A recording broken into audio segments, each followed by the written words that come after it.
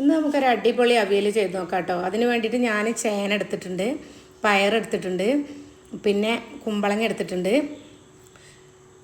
Carrot എടുത്തിട്ടുണ്ട്, മുരിങ്ങാക്കായ എടുത്തിട്ടുണ്ട്, കയ്പ്പൊക്കെ എടുത്തിട്ടുണ്ട്. കയ്പ്പൊക്കെ കുറച്ചുള്ളൂ എടുത്തിട്ട് ചെറിയൊരു കഷ്ണമാണ് എടുത്തിട്ടുള്ളത്. ബാക്കിയുള്ളതൊക്കെ അത്യാവശ്യത്തിന് എടുത്തിട്ടുണ്ട്.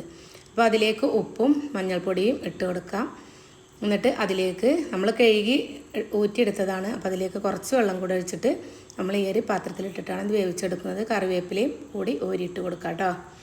എന്നിട്ട് അടച്ച് വെച്ചിട്ട് വേവിക്കുക. അതേ സമയം കൊണ്ട് നമുക്ക് കുറച്ച് വെള്ളം ഒഴിച്ചു. അതേ സമയം കൊണ്ട് നമുക്ക് നാളികേരം, പച്ചമുളക്, കൊച്ചുള്ളിയാണ് ഞാൻ ചതച്ചെടുക്കുന്നത്.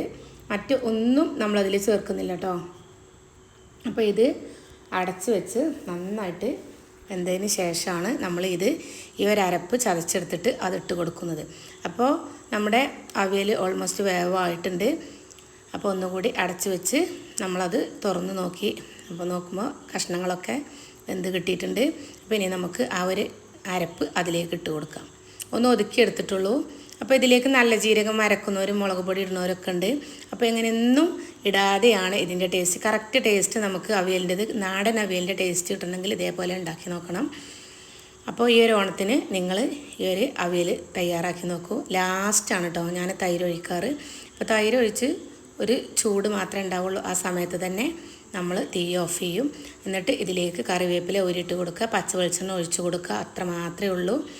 അപ്പോൾ നല്ല ടേസ്റ്റ് ഉണ്ട് കേട്ടോ. അപ്പോൾ അവിയൽ ഇതേപോലെ നിങ്ങൾ തയ്യാറാക്കിയിട്ട് വിവരം അറിയിക്കുക. അപ്പോൾ ഇങ്ങനെ അവിയൽ ഉണ്ടാക്കിയുള്ള എത്ര പേരുണ്ട് എന്നുള്ളത് നിങ്ങളൊന്ന് കമൻറ്റ് ചെയ്യൂ.